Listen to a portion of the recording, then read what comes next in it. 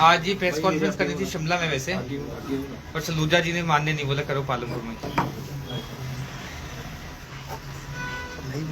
Start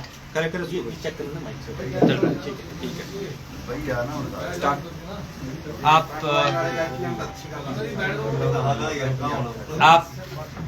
सभी का यहाँ स्वागत है। और आज एक महत्वपूर्ण मुद्दे पे मैं आप सबके समक्ष शामिल हुआ हूँ। ऐसा महत्वपूर्ण मुद्दा है जो आने वाले दिनों में हमारे शहर की और हमारे जिले की दिशा और दशा जो है वो बदल सकता है।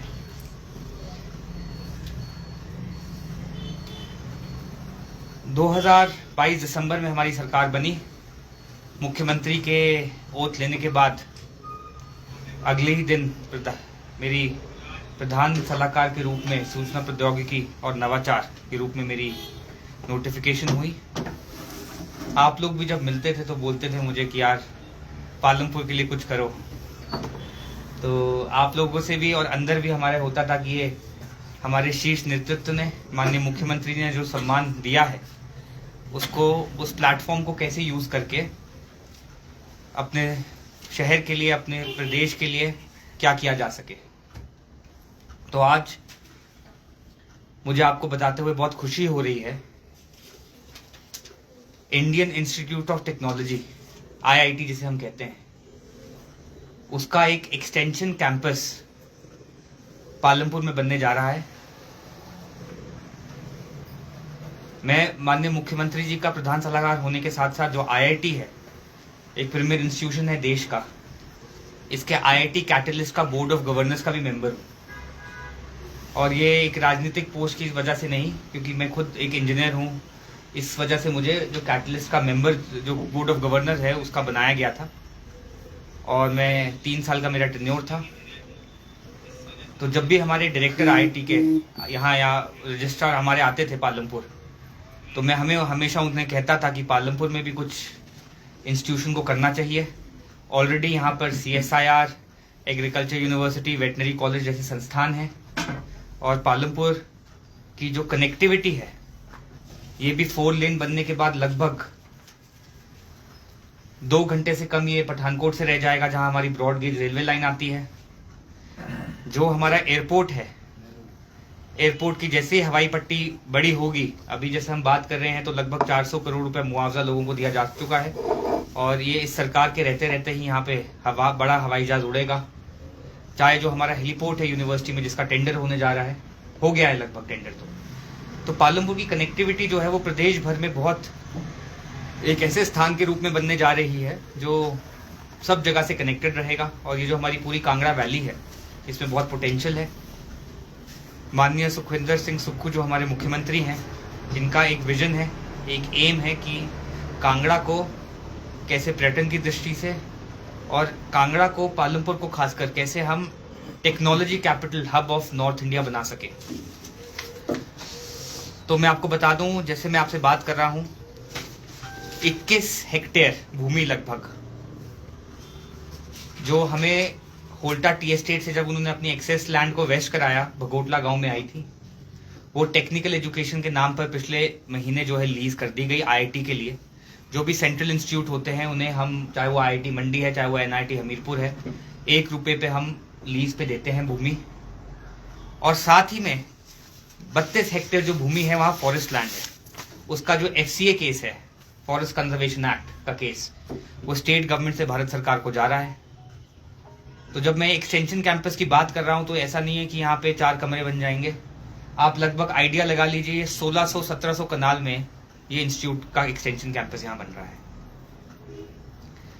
जब IIT के डायरेक्टर ने मुख्यमंत्री जी को लिखा था और यही कहा था कि जो एक्सटेंशन कैंपस बनेगा, इसमें वो semiconductor fabrication, artificial intelligence, robotics, drone technology, sustainable technology जैसे कोर्स पढ़ाएंगे। कल ही मैं IIT में था और जब मेरे डायरेक्टर साहब से बात हुई कि आपकी क्या इस लैंड, क्योंकि आपके पास आ चुकी है, और क्या आपके इमीडिएट प्लान्स हैं, तो उन्होंने मुझे बताया कि इमीडिएट प्लान जो है वो उनके पास फंड पड़ा हुआ है और वो लगभग महीने 2 महीने के अंदर जब हम बात कर रहे हैं तो उनके साइंटिस्ट पहले ही जाके कंटूर मैप का लैंड का देख रहे हैं कि कैसे कैसे उस लैंड पे डेवलपमेंट की जाए। तो मैं मानता हूं कि पालमपुर के लिए एक बहुत महत्वपूर्ण चीज़ जो है ये जो सरकार है इसकी सौगात है।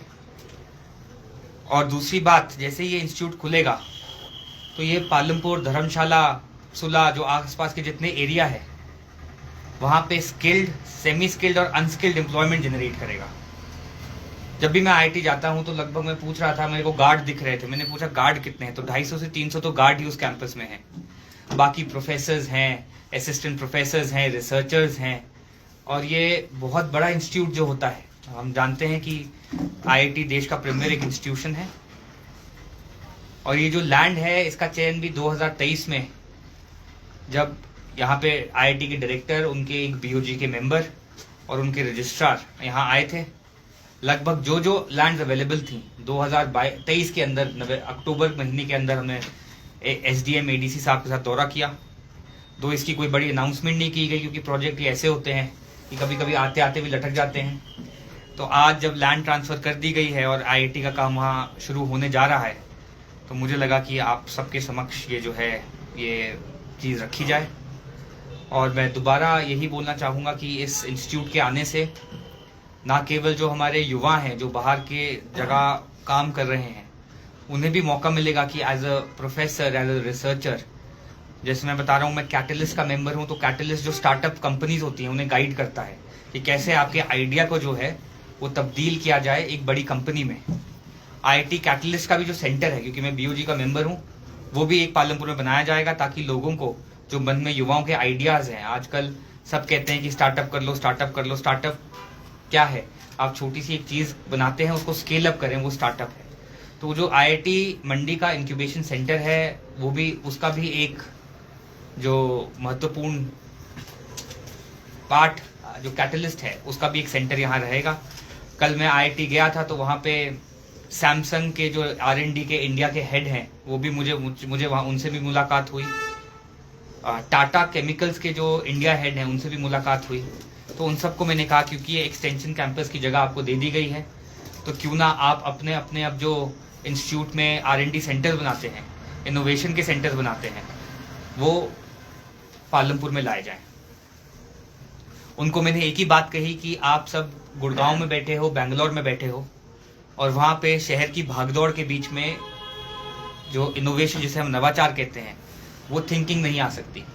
आप कहीं भी दुनिया में जाएंगे, चाहे आप बड़ी बड़ी यूनिवर्सिटीज़ देखेंगे, स्टैनफोर्ड यूनिवर्सिटी है, हार्वर्ड यूनिवर्सिटी है, या बड़े बड़े इंस्टीट्यूट्स के जो रिसर्च एंड डेवलपमेंट सेंटर्स जो जिन्हें हम बोलते हैं, वो हमेशा शहर से दूर ऐसे एरिया में होते हैं जहाँ पर इंजीनियर बैठ के, एक रिसर्चर बैठ के, एक वैज्ञानिक बैठ के अपनी सोच को नियंत्रण कर सके, उसको दिशा दे सके।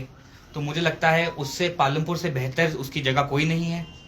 बहुत से कवि, बहुत से लेखक यहाँ आते हैं अपने जब अध्ययन करना होता है, बहुत से, उन्हें मैंने बताया, बहुत से स्वामी संत यहाँ आते हैं। लगभग कोई भी आप बड़ा आश्रम, बड़े आप रिलीजियस लीडर्स देख लीजिए, चाहे वो आर्ट ऑफ लिविंग हो, चाहे कोई भी बड़ी हमारे राधा स्वामी हैं, ये सब के यहाँ पे डेरे हैं। क्योंकि ये इसलिए डेरे यहाँ पे हैं क्योंकि ये जो हमारी पूरी वैली है ये कंसंट्रेशन के लिए, ध्यान लगाने के लिए बहुत अच्छी है। और ये जो R&D सेंटर्स है इनको सबसे ज़्यादा अपना ध्यान केंद्रित करना होता है।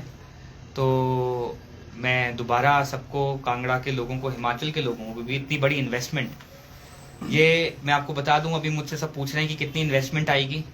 कई 100 करोड़ तो अभी फर्स्ट फेज में ही लगने जा रहा है, मगर ये जो इन्वेस्टमेंट है इसका क्वांटम तो मैं डिफाइन नहीं कर सकता, बट कई हज़ार करोड़ रुपए ये जो कैंपस है इसमें लगेंगे।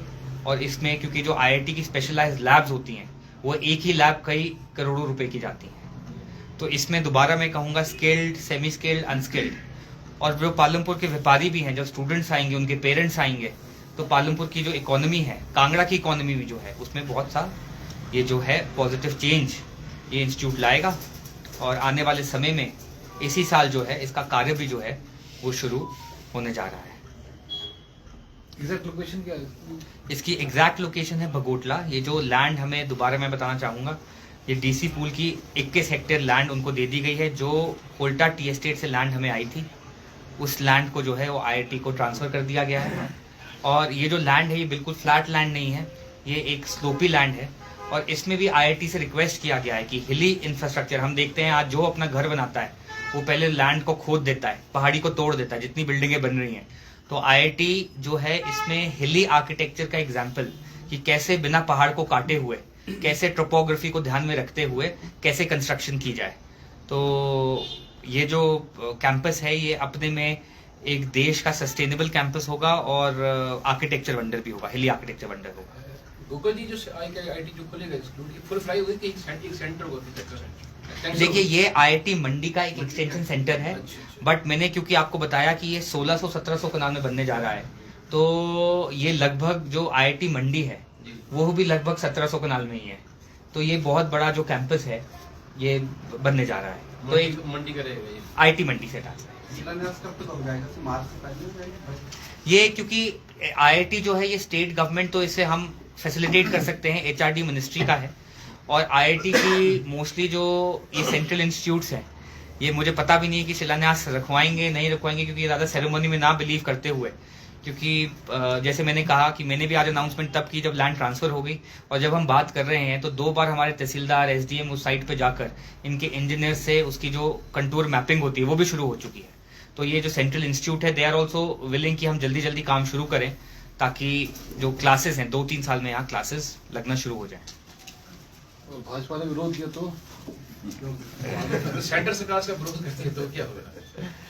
सेंटर सरकार का विरोध इसमें मुझे लगता नहीं करेगी, क्योंकि एचआरडी मिनिस्ट्री से जो क्लियरेंसेस थी उसी को आने के बाद लैंड ट्रांसफर हुई है, और उसी के बाद मैं आपसे आज बात कर रहा हूँ। कोई, क्योंकि वहां से कोई कैंपस मूव हो नहीं रहा, वहां जो चल रहा है वो चलता रहेगा, उसका जो भी एक्सपेंशन होगी वो पालनपुर में की जाएगी। मतलब कि भारत सरकार से तो मंजूरी मिल चुकी है, तभी लैंड ट्रांसफर हुई है।